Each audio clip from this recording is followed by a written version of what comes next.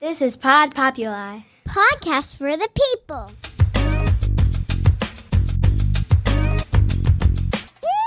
The Great Love Debate. It's the Great Love Debate. The Great Love Debate. It's the Great Love Debate. Hi again, everyone. It's Brian Howie. Welcome to the Great Love Debate, the world's #1 dating and relationship podcast. Since 2015, I'm back here in the very fine studios of Pod Populi, podcast for the people. It is what they call the season down here. It's festive. It's fun. It's nice. It's sunny. All the good things. We've been doing this podcast, as you guys know, a long, long time. And the overwhelming majority of our episodes, we always are trying to push that the motivating factors when it comes to love, dating, relationships are hope and possibilities, and we always want to say that things are rooted in that, and all the good things are rooted in that. Yes, I stand by all that. But let's put that over on the side here for a second, because I want to get into something a little deeper, a little more complicated. I got a real pro who's going to come in and help me in a second. But so much of our dating, and I used to talk about this at our live shows back in the day, and it really put a downer on it, so I stopped talking about it, which is a little bit dishonest. But so much of how we date, love, exist in relationships is rooted in fear. It affects how we date. It affects who we date, even why and when. Everything is somewhat rooted in fear, and fear can be a motivating thing, but a lot of times it holds us back, not just in dating, but in the changes we want to make in our lives that's going to lead to hopefully something better. So I want to take a deep dive on that. I hate to bring her. She could probably talk about a lot of things, but I heard her say something about this, and I'm going to tell her what she said that I thought was so interesting. She is an empowerment coach. She's the host of the Bravo Unscripted podcast. She knows a lot about a lot of things. Like I said, I had to bring in a pro when I take on the lovely Suzette Bravo. How are you? I'm amazing, and thank you so much for that introduction. I think I might just have you come around with me and just introduce me to people, because that was really great. Except for the fear part. I heard you say once, and I was like, oh my God, that's smart, that the old adage that when you fall off a horse, you got to get right back on is the way people are sort of told to live their lives. And a lot of people do that. They jump from relationship to relationship. They jump from experience to experience. And I heard you say that before you get back on the horse, you got to kind of figure out why you're sitting in the mud. Like, what am I doing down here? Like, why do I do these patterns? Why do I and people are so afraid not just to do any analysis on the mistake they made or on the situation they got themselves into. I think a lot of times because they don't want to take ownership of it. That guy hurt me. He was a bad guy. That relationship wasn't right. I did this or whatever, because they're afraid to look too closely, which is the growth we all need, is sort of self-analysis. I think people are afraid to do that, which drives a lot of decisions when it comes to love. 100%. It is so much easier to blame the other person than it is to look within, because that requires vulnerability. That requires also debunking the belief that if we made a mistake, we did something wrong. Right. And we need to throw that belief out the window, because it's not true. Like, we're human beings. We're all humans on this planet having a human experience. By the time we get to this stage in our life when we're dating, I love what you said about joy and optimism and hope, but let's face it, we've all been burned, and we've all been burned more than once. Mm-hmm. And that requires every time you get burned, getting back up and getting out there again. And a lot of people do. They just keep repeating the same patterns because they don't take that time. They don't look within. You're right. And we are, we're making a lot of decisions based on that. I've always said that the men are afraid of being rejected and the women are afraid of being hurt. But I think there's a little bit of that on both sides, which is why people are so deeply committed now to online dating, because in online dating, before you get to the point where you might be rejected or hurt, you get some sort of validation, some sort of match, some sort of swipe that lets you take that baby step versus just in real life going for it the way we used to have to do it. Even on the fact, if you are in a relationship, I'm afraid to get out of a bad relationship because I don't know what's possible. I'd rather sit in a bad seat than no seat. And a lot of the decisions are based on the unknown, which is scary, or it's based on the fact that I don't want anything that might be worse. Yes. And that online dating is great. But what online dating has also done is it has given people way too many options. What does that mean?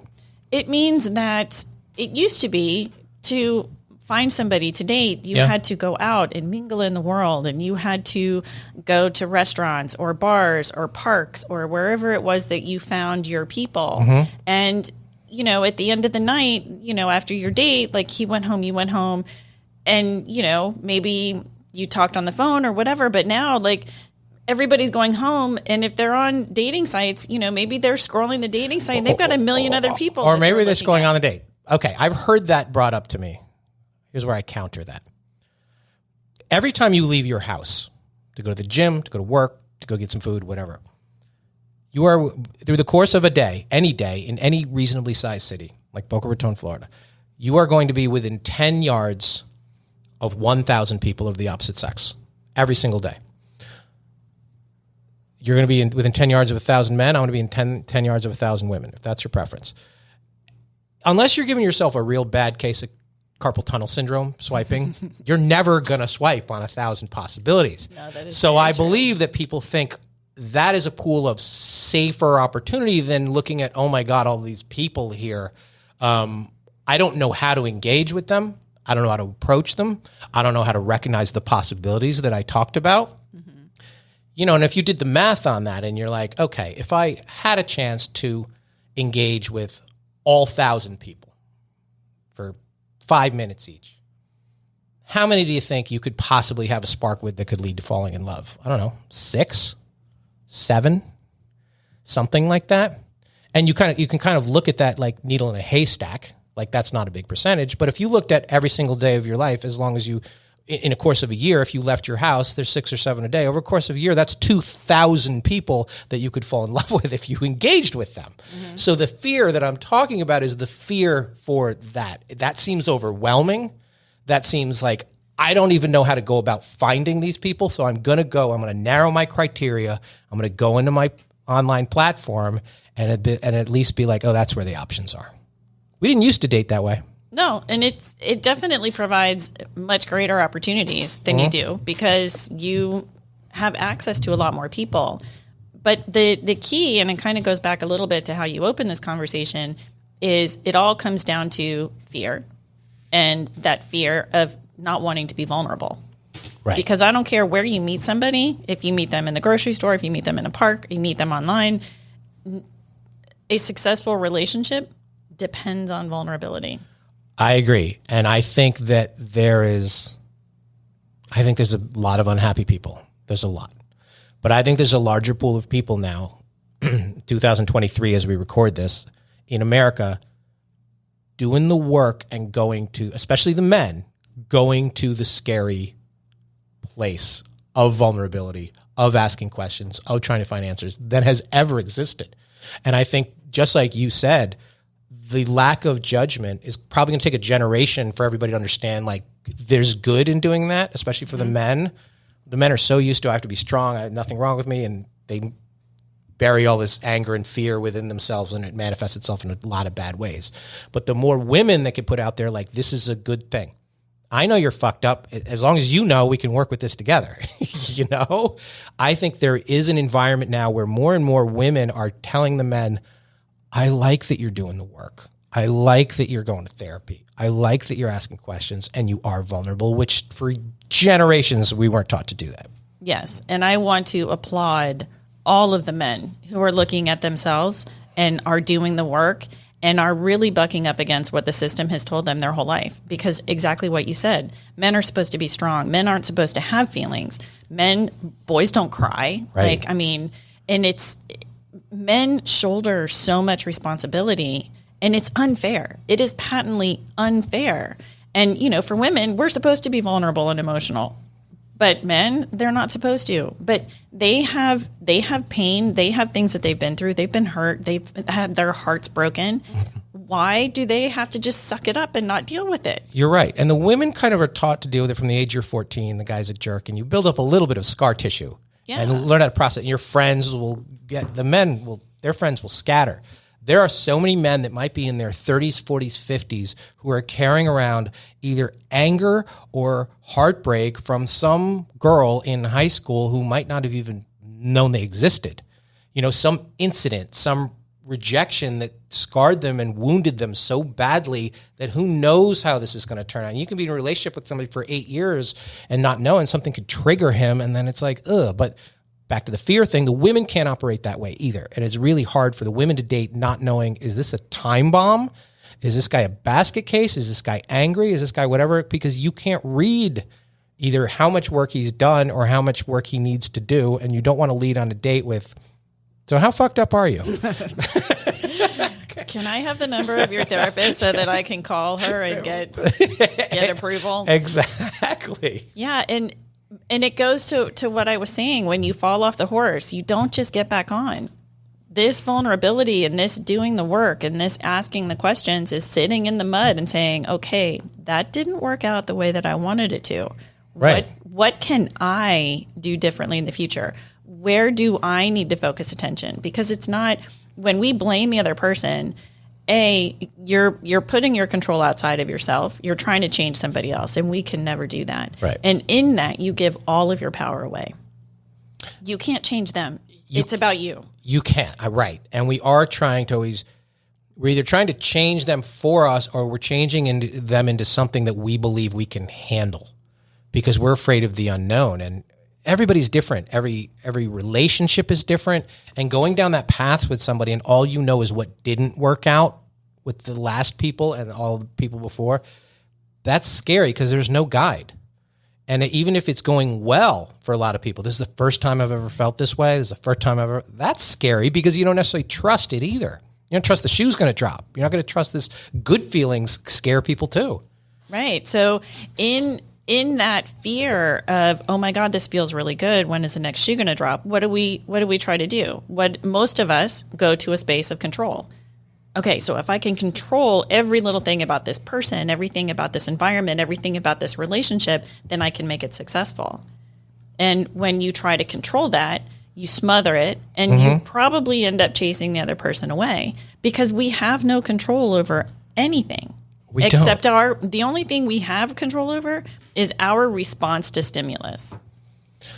Right, and sometimes we don't have control over that either, which is why a lot of people that's where medicate. The work comes in. But that's where the alcohol comes in. Right. Yeah, I agree. That's where the work comes in. So you know, before you get to know the other person or even know the relationship, you really have to spend some time knowing yourself. A lot of people really take it for granted that they know. No, you only know how you might react in certain things that happened before. You might not know how you react to good things, bad things, scary things, new things. I imagine the first time somebody gets engaged, gets married, has kids, the joy is tempered by the unknown, the fear. Is this the way this is supposed to be? Is this how I'm supposed to feel? Is this the way this is supposed to look like? And then if you don't get this sort of paint by numbers response to the stimuli, then you think there's something wrong with you. And we tend to project our beliefs and our feelings about things onto other people. So if you're somebody that's been hurt in a relationship, maybe somebody that you were in a relationship with broke your heart, maybe they cheated on you. So you walk into every relationship after that expecting that to happen again. Right. And then a lot of times when you're in a relationship, you're dating the ghosts of the guys who came before you, or the girls who came before you, and whatever they did, and you don't know what's going to either be a trigger or reminder. And all this comes down to positive communication, but two people in a new relationship aren't necessarily comfortable having that talk.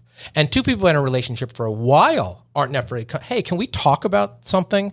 And then everybody's like, wait, what? I thought we're fine. We've been together 8 years and you want to talk about this? Like, it's scary either way. And then you bring up something that triggers the other person and sends them into, they start time traveling back into the past and things that came up and those feelings and those emotions, and they start projecting them. And, I found for myself, I did a lot of work, a lot of therapy, and you can think you have all of these things in order. But when you get in relationship with another person, that is when all your shit will come up, like every bit of it, when you're in relationship.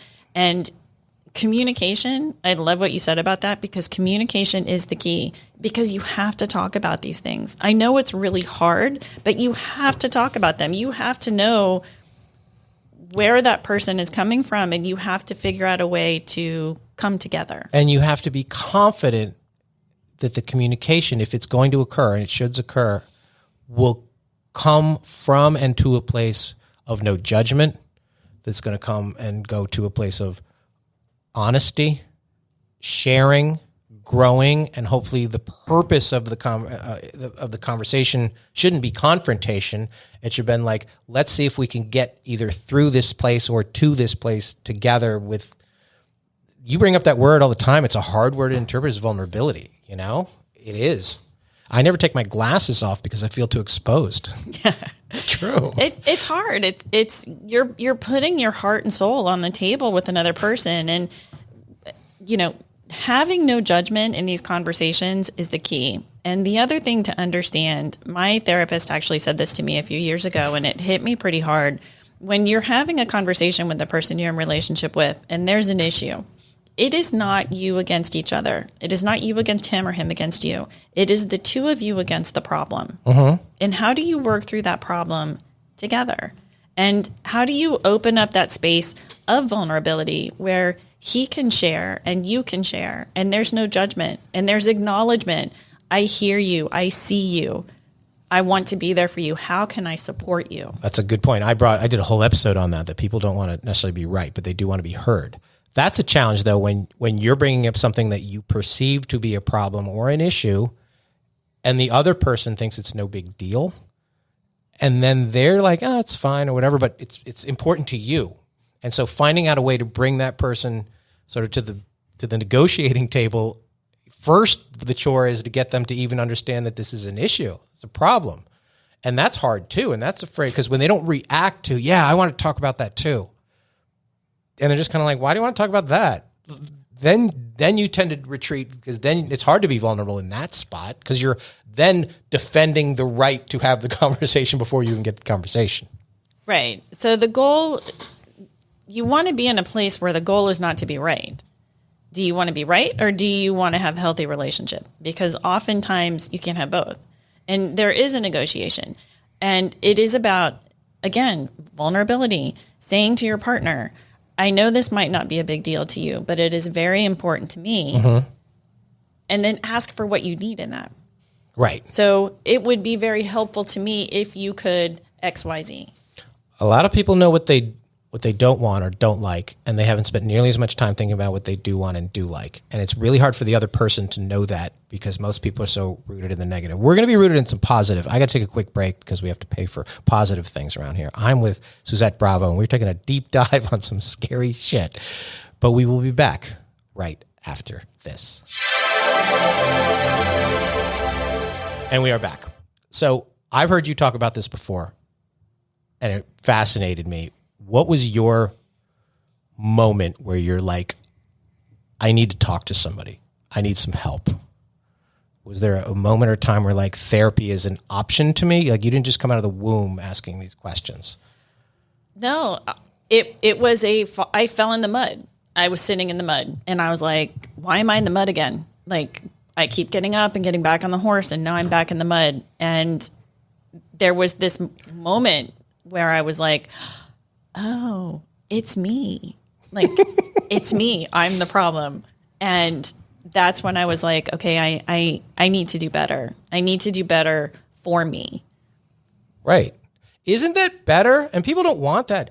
The one you can work on and change is you. It should be a relief to know the problem is you. Right. People don't want to take that burden on. I can work on me. I can't work on society. Exactly. And that's why when you blame and you put everything on society and everything outside of you, you have just essentially given all of your power away, every bit of it. Right. You have no power in the world outside of yourself. So look at you and look at how you can show up better in the world because let's face it, lead by example. If you want a healthy, loving relationship, create love and creativity within yourself. Yeah. The old line, don't worry about things you can't control because if you can't control them, don't worry about them. And don't worry about things you can control because if you can control them, don't worry about them. Right. Easier said than done. But so let's get into that concept for a minute, the concept of self-love. It's very nebulous. It's very catchy. It's very manifesting and self-love or everything. But it's a real thing. I believe that self-love is the willingness to pull the rock up and let the sun shine on all of the bad stuff that you have covered up before. And if you're willing to do that, it means you care enough about yourself your future, maybe the relationship, the people around you, to recognize it. At the very least, recognize. I'm not saying fix it, but recognizing it. That I always believe that's the first step. I agree. And self-love is one of my favorite topics because the problem is that we learn over our lifetime that there are things that we have all done, and we tend to label them good or bad. And we develop what is often called the shadow self, which is the part of yourself that maybe you don't put front and center. You know, it's things that you've done in your past that maybe you wish you had done differently. And it's okay. We all have a shadow. We do. And when you can incorporate your shadow into your light and accept and honor all of the parts of you, the parts that have made good decisions, the parts that have made not such good decisions, then you can move forward from a space of worth. Because what happens when you don't love yourself is you tend to think that because you don't love yourself, you don't deserve the things that you want. And if you're walking around in the world and you want love and you want acceptance and you want all of these things, but you don't believe that you deserve them, you will self-sabotage. Deserve is a good word. What do I deserve? And everybody does deserve to be loved and to feel loved. Amen. What is the first step to somebody either listening to this or somebody you talk to who's like, I can't even see a possibility of that. Like, is there one step? I mean, everybody, I'm always like, just go outside for a minute. Like, that's the first step. Get off the couch. Is there a first step towards, and picking up a phone and finding the right therapist is daunting to people too, because not only do you have to find a therapist, getting in the right relationship with the right therapist is almost sometimes as hard as getting into a relationship with a person. So what is a step that somebody can take who's like, I've heard you talk about self-love. I think I need to feel better. What do people do?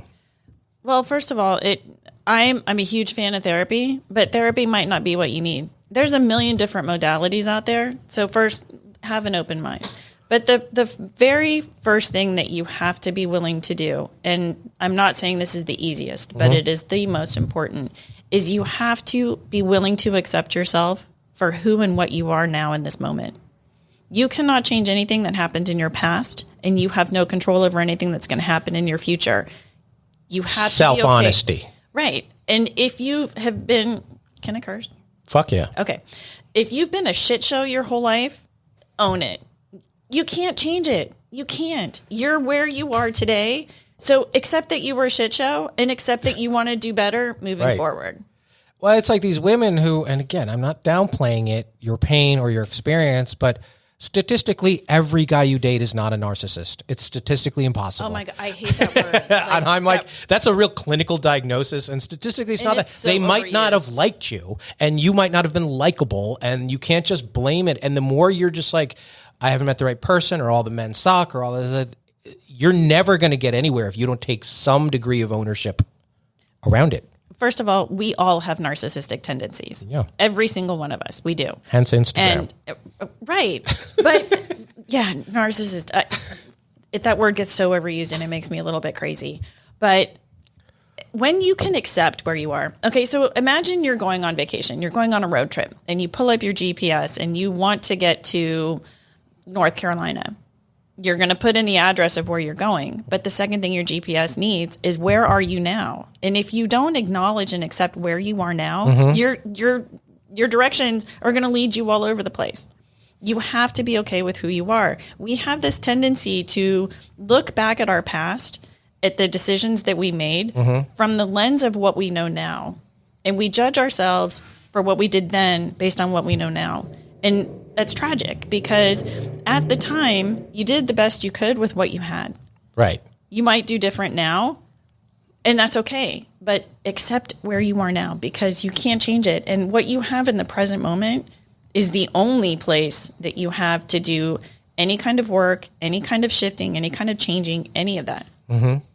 So even if you believe it was them, just pretend for a second and like, what about me? What would I have done differently?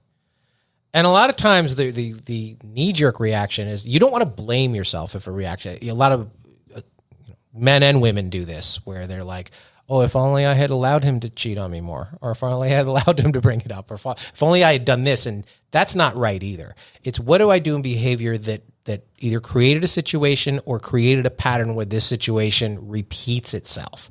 And a lot of people, like, you must be the most unlucky person in the world if you've had 15 consecutive first dates and no second dates.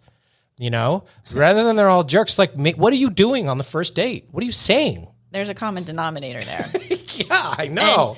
And listen, it's hard to self-reflect for a lot of people. Like I said, it's much easier to blame the 15 guys that you went out with that never called you back. Yeah. Or they think it's easier. It's really easier to blame yourself because then you're like, oh, it's me. Let me fix this. You can't go call the 15 guys and then look at the next 15 guys. Like, the one thing that you can control to some degree is what you're bringing to the table. Exactly. And if you realize that we are all, I always say we're all special needs children. We are. And if you figure out what those needs are or why you didn't get them, it took me a long, long time and the right therapist. I had to find a therapist who was really out on the kooky fringes, like in the shaman world, to find somebody, a woman who I wouldn't try to charm to get the answer that I wanted. I need somebody that I could just be so authentic with, because I'd gone through a series of them and I'm like, I just want my therapist to tell me I'm fine. And you're wasting a lot of money and you're wasting a lot of time and on trying to get an answer that you want. So I really had to go through to find one who was just a kook.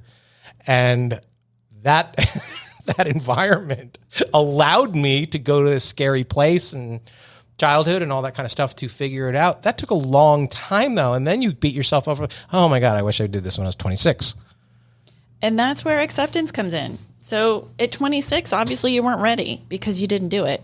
Yeah. But you're doing it now and you are ready. So you're in this place and you can beat yourself up for not doing it when you were 26, or you can just accept that you weren't ready. You do. But you're doing it now.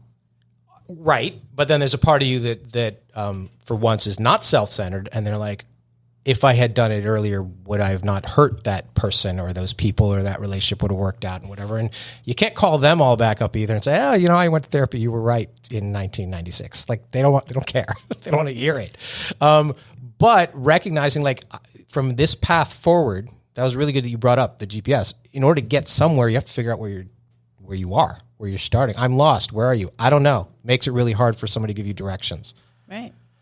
So being able to recognize, and that we all have, you know, because you bring up that narcissistic social media world. Oh my God, she has it so easy. He has it so easy. Look at all this. You don't have any idea. No, social media is highly filtered. Most of it's untrue. And again, it comes down to the only thing you have any control over is yourself. You cannot be comparing your normal, average, everyday life to everybody else's highlight reel on social media.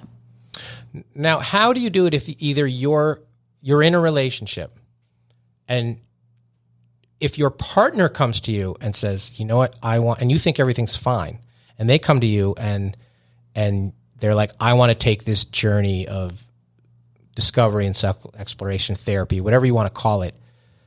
That's probably, you're trying to be encouraging of that because 99% of the time that's a good thing. But you're also scared. They're like, oh, are they going to come out of this a different person and either recognize they don't need me? Or how do you be supportive of your partner's journey without trying to just maintain the status quo? Does that make sense? It does. And listen, that can be very scary because somebody's going on a journey and you're not sure where that journey is going to take them. But where that journey is hopefully going to take them, if they're stepping out into that journey, they're feeling that they're missing something. So they're seeking to grow and love themselves more deeply. And as frightening or as scary as that may be, part of being in relationship with somebody is encouraging them to be the very best versions of themselves. And whatever outcome that is, whatever uncertainty is there, I get it. That can be really scary. But so can being in a relationship with somebody who is not being true to themselves. Right. And you should want the very best version of them. Right. And you would think that you could be like, oh, the relationship's fine. Well, if they want to take this journey or seek this, some part of it is not fine with them. And then you're just kicking the can down the road on whatever the issue is. and you want to support, and you'd be like, you know what, I want to do that too. And I'm not saying you have to go to therapy together or do anything, but if you're both on these journeys, we've had people come on this podcast and they're like, it takes two complete people to come together. And I'm like, nobody's complete. Nobody. You should have somebody who's constantly working towards moving in the right direction. But if this idea, like, I'm good, I did all the work, like, there's no check please on that, It's a journey. It's a process. No, we grow every day. We take in different stimulus. We see different things. We meet different people. Our goals change. Everything changes. And as humans, it's just like a plant. You're either growing or you're dying. Like, we don't ever stop. We're never complete. And I want to circle back kind of really quickly to this thing that you mentioned a little while ago about blaming. Because, again, I want to caution everybody, be very careful about where you place your blame. And the greatest question that you will ever ask yourself is, how could I have done that better? How can I show it better? And the same thing. So when your partner is seeking to grow and is seeking to expand themselves, ask yourself, okay, how can I best support her, him in this venture of theirs? And hey, maybe this is a good opportunity for me too. How do you're in a relationship with somebody, there's some issues, trauma, circumstances, feelings that preceded you or have nothing to do with you. How do you suggest, I think you might want to talk to somebody. How do you bring that up? It's sort of on them to see it. Is there a way to politely say, have you ever seen a therapist, or would you like to talk to somebody? Like, how do you have that conversation? That's a rough conversation. It's a very rough conversation. And I'll be honest with you, I've tried to have that conversation before and it hasn't gone well. And that is a very... Are we having that conversation now? No. Okay. Those are very tricky waters because you want to be very careful about projecting, about judging, and about putting that person in a position where they feel defensive. Do you think you have a drinking problem? They're going to say no. Well, but there are times, okay, so if you're in a relationship with somebody and they just totaled their car because they drove home from the bar drunk, I think it's perfectly okay to say, hey, listen, I think you've got a problem and you need help. Right. Some things require more nuance. And, again, it goes back to, if somebody were having that conversation with you, how would you want them to approach you with it? Because if you come in a place of blame, Mm-hmm. that person's going to get defensive. And once we get defensive, we tend to shut down. So how do you open the conversation, maybe asking some questions and allow them to come to their own, but setting ourselves and our partner up for success in a conversation is key. That's the challenge, though, is clearly there's some leftover issues with her second husband, something like that. You're the sixth husband. And so you don't want to open that vault that maybe they have sealed off because that's how they deal with it. But clearly there's something lurking there that they haven't worked on. So, and I get that early on in a relationship, the conventional wisdom is you're not supposed to ask questions about, like, why did you get divorced? What's a serious relationship? I'm like, ask away. I think we've all had experiences at this point. I want to learn, but mostly I want to see what they have learned from it. If they're constantly like, yeah, this guy was an asshole and this sucked and blah, blah, and this, then I'm like, ugh, I want to be like, I just didn't give it the attention I wanted to. I wasn't emotionally vulnerable. Like, these are the answers I want. It's tough to bring that up and just hope they're going to just jump in the game over the fondue, Right. Yeah, I'm all for asking questions because I want to know. And, if you are involved with somebody and, you're the sixth wife and all the other five were crazy, red flag. Or died. Right. Exactly. Like, I want to know. Like, inquiring minds want to know. Yes. And I naturally ask a lot of questions because I'm curious. Yeah, and I think I'm always flattered when somebody asks questions of me. It shows they care to get to know me. Some people are like, why are you asking? Or you're prying or you're judging. And I think you have to set an environment of ask me anything, and hopefully that being forthright and honest and vulnerable, we talked about that before, will lead to, oh, wow, they told me that. I'm going to tell them this. And when those things come up in us, when somebody asks a question and we get triggered by it, the best thing to do in that moment is to take a breath and ask yourself, okay, why is this coming up? What is coming up for me in this? Because if we take a breath and we take a moment and we feel things in our body, because our bodies will cue us in on things before our brain does. The emotion comes up and then the brain goes to work trying to make sense of it. But if you tap into what's going on in the body, okay, so wow, like my breath is getting heavy, like, I'm feeling this thing in my stomach. Why? What's coming up? And then a lot of times you can trace that back and figure out what's coming up for you.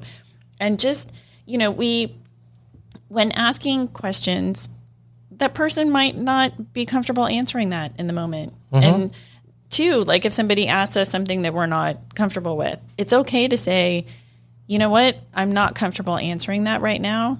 I validate your question and I want to get back to you, but I'd like to take some time to really think about that before I respond to you. That's a good point, because people might not have an answer, or they're going to feel there's a right or wrong answer. You don't want that. You don't want to give somebody like they're going to feel like they're getting judged on what the response is. A lot of people are like, what is the most serious relationship you've ever had? Or something like that. Who's the love of your life? People ask stuff like that. That could change depending on where you are in life. That could change in the moment. That could change this. And sometimes that might be too painful when you're trying to grow something new. But that you're interested in their experiences from, birth till the appetizer came, I think matters. I think that you're open to creating a non-judgmental space of sharing emotion and information, right? Yes, and you just hit the right word. It's non-judgmental. And that's really challenging because we all see the world through our own lens of the world. And it's been very colored by our experience. And you may even be on a date with somebody that you've known for a long time, but we have no idea what people have been through. No. And kindness is always the first route because you don't know. You could have brought something up that triggered something deep inside of them that was really painful and really hurtful. And it's okay to give them some time to move through that. It's okay if they don't want to talk about it. Yeah. If they're giving a waiter a hard time because it came out medium instead of medium rare, there's some stuff there that's not about the steak. That's a red flag. It is a red flag. That's a huge red flag. I agree with you. And so some guy suggested to me, he came to our my Great Love Debate in Boston, and he goes, I sometimes order something that is screwed up so they can see how well I handle the situation. I'm like, that's bullshit, but it's actually a good move. Like, people do notice that. Don't worry about it. We're good, And I'm like, okay, it's game playing with the waiter. They feel like a failure. But I get it. People want to know how you react, but for the first 90 days, everybody's sort of out with each other's publicist. They're sort of presenting the best version of themselves. It's hard to get the information you really want and that you really need. And that person might not be comfortable enough to share it for a long, long time. I think your goal, if you really want that information, and we should all really want that information, is to really set an environment of trust and sharing and growing and authenticity and the things we need for this to foster. Yes, I agree 100%. You can't ask questions and draw somebody into becoming vulnerable and then beat them up for becoming vulnerable and for what they shared. Yeah, I know. If you're willing to open that door, you've got to walk through it with them, and you've got to be okay with whatever's on the other side. Allow that person to share whatever's on their heart, and then you get to decide what that means to you. If they're sharing something with you that's a deal breaker for you, that's okay. It's perfectly okay. And I'm not sure we should judge anybody of how they were at 19 or before they became a parent or 3 marriages ago or 2 jobs ago or a different city or whatever. I mean, there's things that are deep rooted and there's things that might be patterns. But, if somebody, shoplifted from Target at 19 and they're 41 now and a responsible parent, I'm not going to hold that against them. I want to be like, what was going on in your life then that you did that? And how have you evolved? And what did I do when I was 19? Oh, or my God. 29 or 39? Exactly. And I'm like, nobody wants to be judged on their worst day. And I don't think you should judge anybody on their best day. It's how do they handle most days? And how are you going to handle most days with you? And how are they going to handle not the things that happen to them, but how are they going to handle the things that happen to you? You're not going to know that until you're willing to find out. And willingness to find out comes with fear. And fear can be a good thing. It can be a motivating factor. Getting information can be driven by fear. But once you have that and once you can sort of put that in your toolbox, I'm not sure that's a bad thing. The thing about fear, though, is fear can be a liar because, think of your brain as kind of like this little yes person who lives in your head. And whatever belief system you're holding on to, your brain is kind of out in the world looking for proof on that. So if you go into a relationship in fear that they're going to cheat on you or that they're going to lie to you or that they're going to do something to hurt you, chances are you're going to find evidence to support that, whether it's valid or not. Right. And the Buddhists have a great philosophy, and that is that the majority of our suffering is created because we want things to be different than what they are. So wanting the situation to be different than what it is and not accepting it for what it is what creates our suffering. And that, again, comes down to that just accepting because it is what it is. You can be driving forward. You can want to change and grow and all of these things, but you are what you are in this moment. The person across from you is who they are. And people are, the number one fear that people have is to do things that are outside their comfort zone, whatever that is. If you're afraid of heights, jumping out of an airplane or getting into a relationship, the answers almost always lie outside your comfort zone. So first you have to do things to inch yourself outside. You have to identify, why is this a comfort zone, I think, and then do things to place yourself, even for a moment, slightly outside your comfort zone before you retreat. And the more you can do that, and the more that feels normal to you. I mean, I'm afraid to fly. I get on planes all the time. I'm not doing it because I'm trying to get outside my comfort zone, but I notice that I am significantly better than it because I'm just like, I have to do this and I have to figure out ways to do it and not just pop 30 Xanax to get on a plane. Like I have to been like, okay, I'm uncomfortable with this. So then then you change it from fear to discomfort. And that is a giant step. And if I could just make it like, I'd rather not versus I'm not doing this, I think you open up a lot of doors. You do. And I love that approach because you do. You just keep pushing your outer limit just a little bit, and every time you do, you build resilience. Every time you step a little outside of your comfort zone, you build this belief that you can step outside of your comfort zone and you're not going to die. So each time you do that, you get stronger and stronger. And that's how we build. And that's how we become resilient humans. We have brought this up almost since the day we started this podcast, that the three words that people have to get rid of and never use again are the words, not my type. If you're over 30 and you're still single, you have no type. Your type's not working out for you. And what we always mean by that is, it's a fear of like, I've never been around that, dated that, experienced that before. So I can only date all the guys who are 6'4". That's my type and that's what I like. It's the fear of the unknown. You've tricked your brain into thinking that this is your comfort zone. You'd be surprised at what you find out, not about the other people, but if you find out about yourself when you give this person an opportunity to sit across from you for 10 minutes. Yes. Yeah. And I think that's with a lot of things in life. When you decide that I don't like this. We started kids. Like, I don't eat that. Right.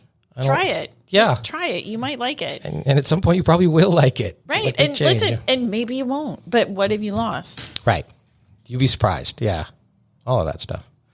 All right. I'm going to let everybody tell where they can find you and track you down and get more wisdom from you. But first, this is your first time on the podcast. I can't believe this is your first time on the podcast. You have a lot of things to say. We play something called Worst Date or First Date.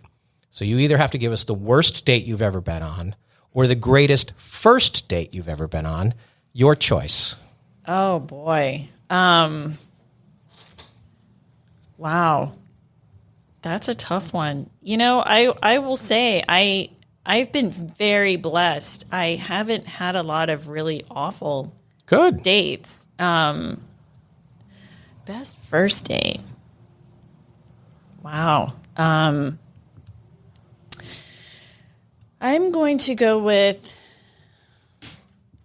I don't know that it was necessarily one of my best first dates, but it was a lot of fun. It was my first husband, and this was probably, God, I'm going to age myself because it was probably 30 years ago, maybe.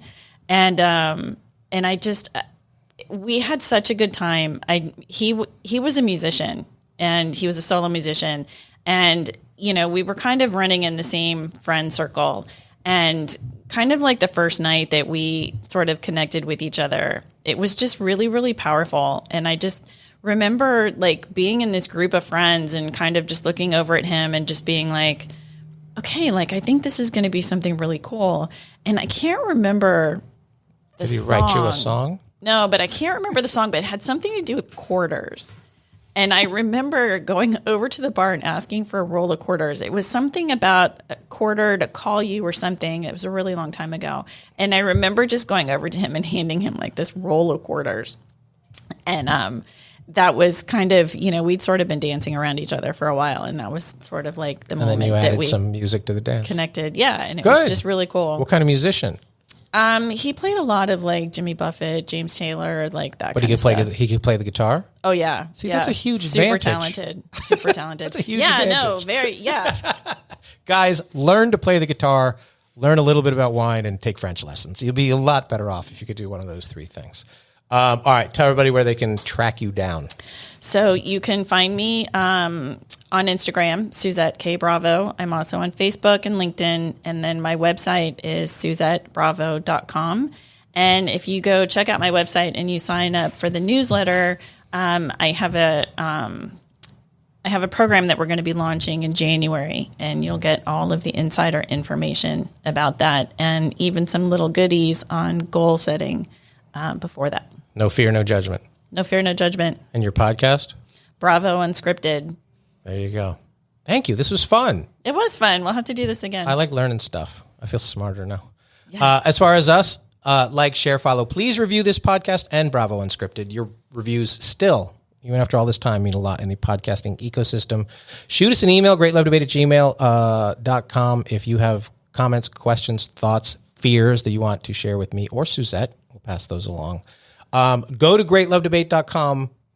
Our big 10th anniversary show, the Great Love Debate Tour that started it all. We're kicking off our 11th season, if you can believe that, with our 10th anniversary show. And it's actually right here in Boca Raton, Florida. It is at the Boca Black Box Center for the Arts. Tickets are on sale now. It is February 6th or 7th or 8th. I don't know. It's on the website. It's early February 2024. So if you're listening to this in 2025, you missed it. Come to our 11th anniversary show then.